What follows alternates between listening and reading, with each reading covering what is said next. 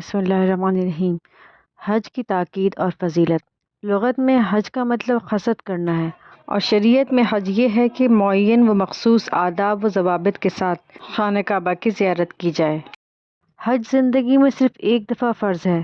زکوٰۃ کی طرح حج بھی ہر مسلمان پر فرض نہیں ہوتا، بلکہ صرف ان مسلمانوں پر فرض ہے جو حج کرنے کی استطاعت رکھتے ہوں۔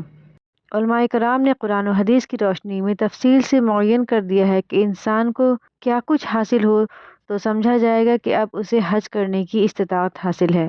مثال کے طور پر حج اس پر فرض ہوگا جو مسلمان ہو، کافر پر حج فرض نہیں، بالغ ہو، بچے پر فرض نہیں، اس کے حواس درست ہوں، پاگل، مجنون وغیرہ پر حج فرض نہیں، جسمانی صحت اس قابل ہو کہ حج کا سفر کر سکے، یعنی کوئی ایسی بیماری نہ ہو کہ حج کا سفر ممکن نہ ہو۔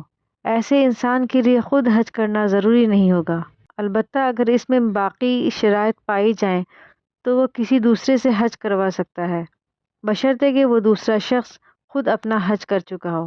آزادی حاصل ہو، یعنی غلام اور کنیز پر حج فرض نہیں، کسی ظالم یا جابر حکمران کی طرف سے جان کا خوف نہ ہو، اور آدمی کسی کی قید و بند میں نہ ہو، جن راہوں سے گزر کر جانا ہو وہ پرامن ہوں، مالی حالت اس قابل ہو کہ اپنے حج کے اخراجات بھی پورے کر سکے، اور جن لوگوں کا نان و نفقہ اس کے ذمہ ہے انہیں بھی اپنی غیر موجودگی کے دوران کا خرچ بھی دے سکے۔ خواتین کے لیے اس کے علاوہ یہ بھی ہے کہ ان کے ساتھ ان کا کوئی محرم بھی، یعنی کوئی ایسے رشتہ دار مرد جس کے ساتھ نکاح ناجائز ہو، وغیرہ وغیرہ۔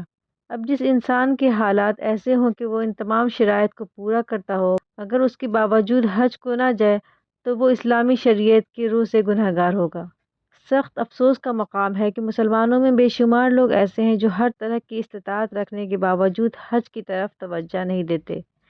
عوام میں یہ خیال بھی پھیلا ہوا ہے کہ جس گھر میں جوان بچیاں ہوں وہ جب تک بچیوں کی شادیاں نہ کر لیں انہیں حج کرنا جائز نہیں، حالانکہ حج کی شرائط میں یہ کہیں نہیں ہے کہ جوان بچیوں کی موجودگی میں حج نہیں ہو سکتا۔ اگر خدا نے کسی کو اتنی مالی استطاعت دے رکھی ہے کہ وہ بچیوں کی شادی بھی کر سکتا ہے اور حج بھی، اور اس کی غیر موجودگی میں بچیوں کی حفاظت کا بندوبست بھی ہے، تو پھر کوئی وجہ نہیں کہ وہ صرف اس لیے حج نہ کرے کہ ابھی بچیوں کی شادیاں نہیں ہوئیں۔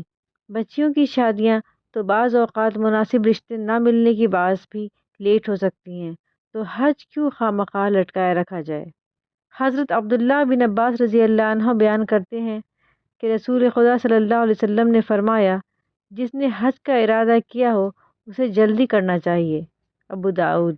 حج کی فضیلت۔ حضرت ابو ہریرہ رضی اللہ عنہ بیان کرتے ہیں کہ میں نے رسول خدا صلی اللہ علیہ وسلم کو فرماتے سنا کہ جس نے خدا کے لیے حج کیا اور اس کے دوران نہ کوئی فحش بات کی اور نہ کسی گناہ کا مرتکب ہوا تو وہ اسی طرح گناہوں سے پاک صاف ہو کر لوٹے گا جیسے وہ اس دن تھا جب اس کی ماں نے اسے جنم دیا تھا۔ بخاری۔ حضرت عمر رضی اللہ عنہ بیان کرتے ہیں کہ رسول خدا صلی اللہ علیہ وسلم نے فرمایا کہ حج اور عمرے کو یکے بعد دیگرے کرتے رہو، یعنی حج کے بعد عمرہ اور عمرے کے بعد حج، کیونکہ حج اور عمرے کا یکے بعد دیگرے کرتے رہنا مفلسی اور گناہوں کو اس طرح دور کرتا ہے جیسے بھٹی لوہے کے میل کچیل کو دور کر دیتی ہے۔ ابن ماجہ۔ کلام پاک میں ایک آیت ہے جس کا مفہوم یہ ہے، آج میں نے تمہارے دین کو تمہارے لیے مکمل کر دیا ہے اور اپنی نعمت تم پر تمام کر دی ہے اور تمہارے لیے اسلام کو تمہارے دین کی حیثیت سے قبول کر لیا ہے۔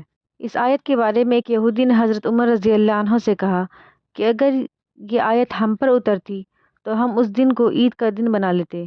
اس پر حضرت عمر رضی اللہ عنہ نے فرمایا، میں اس دن کو جانتا ہوں جس دن یہ آیت نازل ہوئی تھی، اور اس کے لیے اس کے نزول کی رات کو بھی جانتا ہوں، وہ جمعے کی رات تھی، اور ہم حج کے لیے رسول خدا صلی اللہ علیہ وسلم کے ساتھ میدان عرفات میں تھے۔ حضرت ابو ہریرہ رضی اللہ عنہ بیان کرتے ہیں کہ رسول خدا صلی اللہ علیہ وسلم سے پوچھا گیا کہ کون سا عمل افضل ہے؟ آپ صلی اللہ علیہ وسلم نے فرمایا کہ اللہ اور اس کے رسول صلی اللہ علیہ وسلم پر ایمان لانا۔ پوچھا گیا اس کے بعد کون سا افضل ہے؟ فرمایا کہ اللہ کی راہ میں جہاد کرنا۔ فرمایا کہ اللہ کی راہ میں جہاد کرنا۔ پوچھا گیا اس کے بعد کون سا ہے؟ فرمایا کہ وہ حج جس کے دوران گناہ نہ کیا گیا ہو۔ بخاری۔ حضرت عبداللہ بن عباس رضی اللہ عنہ بیان کرتے ہیں کہ ایک شخص عرفات میں رسول خدا صلی اللہ علیہ وسلم کے ساتھ کھڑا تھا۔ اچانک وہ اپنی سواری سے گر پڑا اور سواری نے اس کی گردن توڑ دی، تو حضور صلی اللہ علیہ وسلم نے فرمایا کہ اس کو پانی اور بیری کے پتوں سے غسل دو اور اسے 2 کپڑوں کا دفن دو، اور اس کو خوشبو نہ لگاؤ، نہ اس کا سر ڈھانپو اور نہ اسے خنوط ملو۔ قیامت کے دن خدا اسے لبیک کہتا اٹھائے گا۔ بخاری۔ حضرت ابو ہریرہ رضی اللہ عنہ بیان کرتے ہیں کہ رسول خدا صلی اللہ علیہ وسلم نے فرمایا کہ خدا کے مہمان 3 ہیں: اللہ کی راہ میں جہاد کرنے والا، حج کرنے والا اور عمرہ کرنے والا۔ حضرت عائشہ رضی اللہ عنہ بیان کرتی ہیں کہ میں نے عرض کیا کہ اے خدا کے رسول صلی اللہ علیہ وسلم، ہم جہاد کو سب سے افضل عمل سمجھتے ہیں، تو کیا ہم جہاد نہ کریں؟ حضور صلی اللہ علیہ وسلم نے فرمایا کہ تمہارے لیے سب سے افضل جہاد وہ حج ہے جس کے دوران گناہ نہ کیا جائے۔ بخاری۔